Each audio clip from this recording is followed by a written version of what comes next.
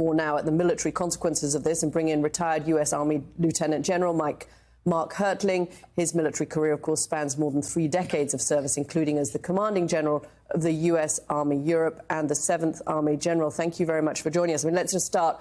Now we are 2 days in.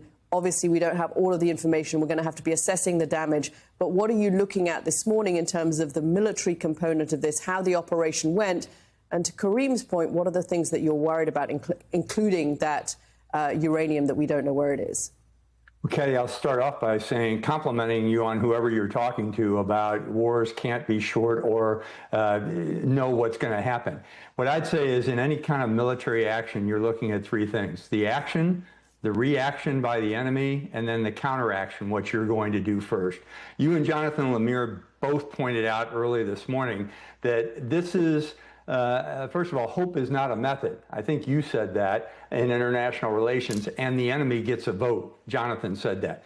How much damage has been done? What will the Iranians do? What is the next thing we will do in terms of our counteraction? Those are all the things that the military considers and should be part of the planning. What I'm very concerned about is it doesn't seem like this has been a long-term plan by the administration. Everyone is suggesting it's a one and done, that we didn't mean to start a war. This was not a war against Iran. It most definitely is by international law, because you're attacking another country with 125 aircraft and a bunch of Tomahawk missiles from submarines. That seems like an attack to me, and it seems like the start of a war. So what we're seeing is the reaction phase from Iran. What will they do next? Will it be today, or will it be next week or next year, has been pointed out? They have many options. There are some that say Iran depends on missiles, militias, and terrorists. But they also have more in their kit bag, such as asymmetric attacks with cyber. That's my biggest concern. With sleeper cells, that's also a big concern. With what they might do in the Gulf to the 40,000 U.S. troops positioned in various locations around the Gulf. What might they do with economic issues, turning ships around from the oil refineries? All of those things are options that Iran has.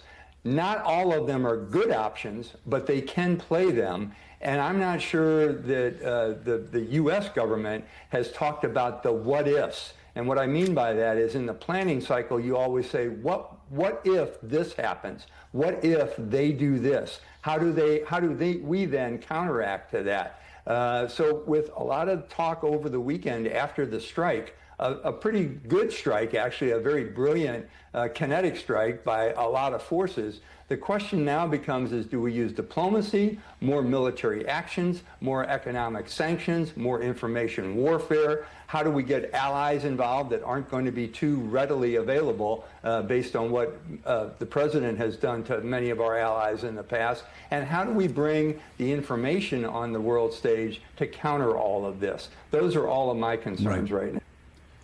So General, and we've talked about this before, I remember hearing your commentary as Russian troops were moving toward Ukraine, and you commented on what a ragtag operation it was, even moving their tanks and divisions into position, going through towns, and the lack of discipline. Now go to the other side of that coin, and you talked about what a brilliant strike it was. Talk about the U.S. military. And how it really does. It stands. This is not cheerleading on my part. I think any military person in the world would say the same thing. The United States and its capabilities and its power and in its discipline right now certainly seems to be second to none. It is, Joe. It's awesome. The power of the military, the power of the people in the military is incredible. We can do anything we're asked to do.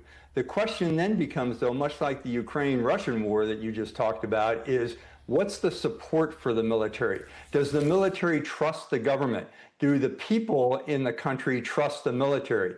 Those are the things that I'm concerned about right now. When you go to war, when you conduct an attack like this, Congress isn't involved. The vote of the individual congressman is not important. What is important is that that vote represents what the people feel and how they support a military action. So that combination of the so-called Clausewitzian trilogy of the strength of the military, the trust in the government, and the support of the people is a three-legged triangle, and all three of those legs have to be in place for great military operations. So yeah, we've got a great military.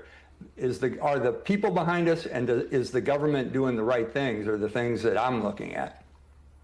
All right, retired U.S. Army Lieutenant General Mark Hertling, as always, thank you so much. We greatly appreciate you being here. Thanks, Joe.